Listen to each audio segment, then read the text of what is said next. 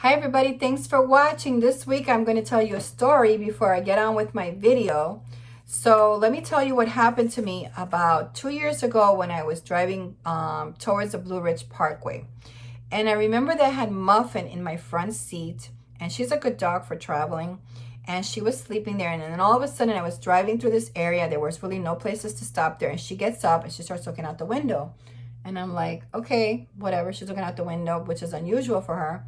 And then she's looking at me, she's looking out the window, she's looking at me. I'm like, okay, she's trying to tell me something, she needs to go. So I'm like, okay, hold it, we'll go. Not thinking that it was going to be a major thing. So she starts barking at me and I'm like, okay, this is pretty serious. Like, I'm thinking, oh my gosh, I hope she doesn't do it in the car. So I see this store up ahead and it's like a tourism store. So I pull into the parking lot there really fast, and then I get out of the car and there's like all this grassy area here, and I pull her out of the car, and the minute she gets out of the car, it was like, it's like all over the place, and it was really wet and it was yucky, and it was like, how am I going to clean this mess up now? Because I wasn't prepared. And I have a truck camper, so you can imagine I have to get out. It's not like I can go back in the camper and grab stuff. I have to actually go to the back of the camper to get inside. So if you have a fifth wheel or a travel trailer, same issue you're going to have if you're not prepared in your vehicle for this emergency. So that's why I wanted to tell you about what I learned from this and why I developed this little bag that I have for these kind of situations. So we're going to talk about that today, because I have a situation with Muffin now where she is getting older and she's been diagnosed with heart murmur. So I realized that this was just a segue into what's coming in the future, traveling with an older pet. And that's what we're going to talk about today. So what happened was, on that day, I had to pick up this dog with long hair in the back, and she was like covered in all of this stuff. And I had to pick her up to get her in the camper because she wasn't feeling well. And then of course I get dirty too. So it's just a big yucky mess. And what I had to do was take some water. I mean, of course, I had to clean her up in the camper, clean myself up. It was a big mess. And then I had to go back outside and clean up the mess that was outside as well, because, I mean, people were going to park there, right? It's in the grass, but it's going to smell and it's yucky. So you need to go outside and rinse that off as well, too, with some water. So because of that incident, I have this little bag that I'm going to show you here in this video. And this little bag is like a little cooler bag that I bought from Amazon. And I thought I'd bring some treats for me and Christian, some fruit, some fresh water, some cold water. Some days we're traveling, for 2 or 3 hours and we want cold stuff. But I never really ended up using it. So it just sat there, and I have some duct tape in there, and I have like, some things. But after that incident, I did learn that I have to be prepared with this happening to me again, because I know that my dog is getting older. So it's a good thing I did. And this is why we're going to talk about this video today, about dealing with an older dog. So in this little bag, I have a bottle of water. This is just refilled water that I refilled at home. And then I have wet wipes in there. And then I also have gloves, rubber gloves. And the reason I have that is because I can clean her up right there in the side. Like where she just did it. I have water, I have wipes. Oh, I also have a garbage can in there. Not a garbage can, garbage bag in there. So with the wet wipes, I can throw them out in the bag and then throw it out, close it up so it's not smelling and reeking in the car. And I could throw it out somewhere. So being prepared is essential when you have a dog like this. Plus, the bag also helps if she vomits or something like that. You can also have a pee-pee pad in there, because if you have one of those pee-pee pads, those will pick up vomit as well. So it's good to have one of those as well. If she just let it out in the car, you can at least pick up the majority of the stuff, but then you have your trash bag. So having this in the car is really essential for me, because I did not want to go through that again. So of course I learned after that when I travel, I try to trim hop her behind up when I travel, especially during the summertime, because I can get away with that.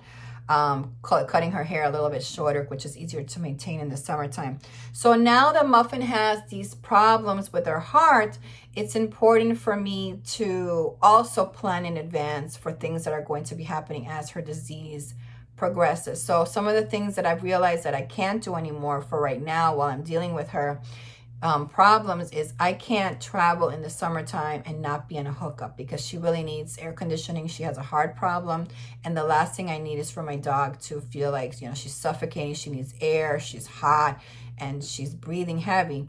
So those are things. The other thing I realized is if I was traveling, I have to be back every hour to walk her, because she is on medication. She is on Enopril for her heart. They also put her on furosemide because she's building up liquids in her lungs.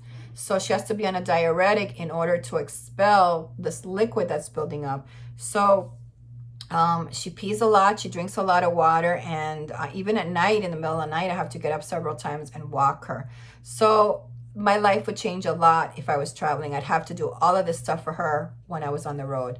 And I don't get good sleep. There are days I don't get good sleep because it's hard for me to go back to bed after getting up at night. So if I was traveling on the road, these things would definitely affect me. If all of this emergency would have happened to me on the road, then that means that I have to be in a place where I don't know. I probably have to stay at an RV park, because I had multiple tests done on her. She had a test done, and then we had to get her another test done the next week, and then another one, because then they found bacteria in her kidneys.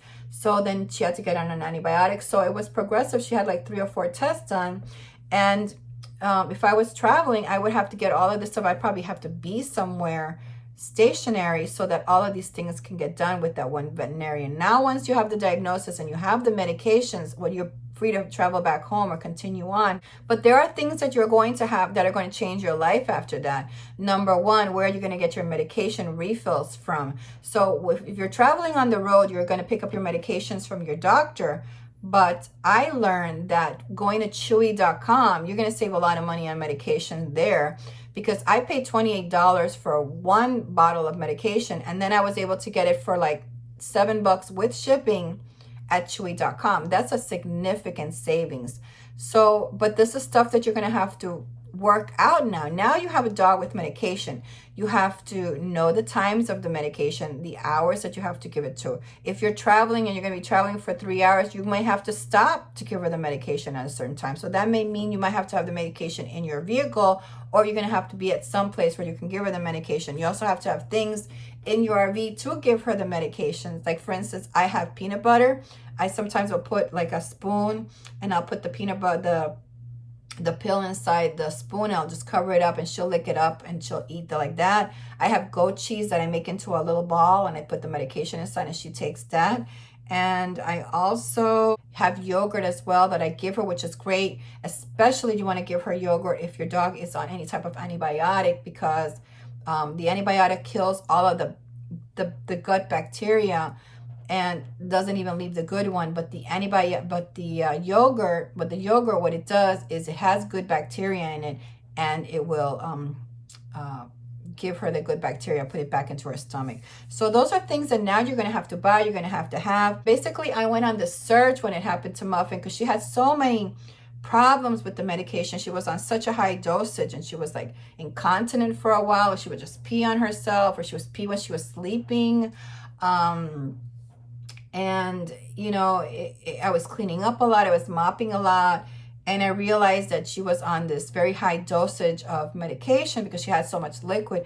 But now after about 20-25 days, we were able to change the medication, to the point also I went doing some research. And part of my research brought me to this YouTube channel called Veterinary Secrets. And I'll link him below. He's a wonderful veterinarian who I don't think practices anymore because mostly he was telling people about the natural medicines that are available, and then I think they took his license away for that, or something happened with him. No, actually, I think he got fined in Canada because of that. So he's got some great information on his channel, and I've been binge watching him and writing down all of the medications that he talks about and what they're for. Even though if they're not specific to my dog, I write it down anyway, because I know that channels like this, they're going to get shut down eventually, because he's giving out great information and it's all natural and it's not about pharma or medical or anything like that. So I write down all of this stuff so that I can have it, because I don't know, maybe in the future I'll have another dog and might have a totally different situation where I will be able to find medications for that dog with the notes that I'm taking. So that's been a great help, and I learned a lot of things because from him I learned about giving my dog Dandelion Tincture, and how that's also a natural diuretic. So I was able to lower Muffin's furosemide dosage because I'm also supplementing her furosemide dosage with this dandelion, which is also a diuretic as well as a natural dandelion. So she's doing really well on that. I also give her olive leaf, like he had talked about. It's also a natural antibiotic that you can give that is wonderful.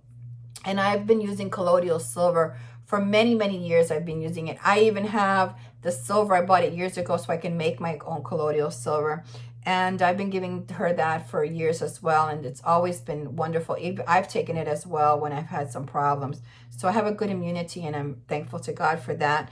And with natural medications, I've been able to take care of a lot of my problems. But these are new things that I just learned about with this doctor. So go online and find him and see what your dog has. Make sure you read the comments, because the comments have really been helpful for me to find people leaving great information about situations that they've been at, or where they're buying their medications, or things that, you know, that only people can tell you when we talk to each other. So read the comments, because the comments will also give you a lot of great ideas as well. And sometimes he does reply, the vet, to some of the comments, and then you can get sometimes information about dosages and things like that for the size and the weight of your dog. Through those comments, you can find things that some of those things out.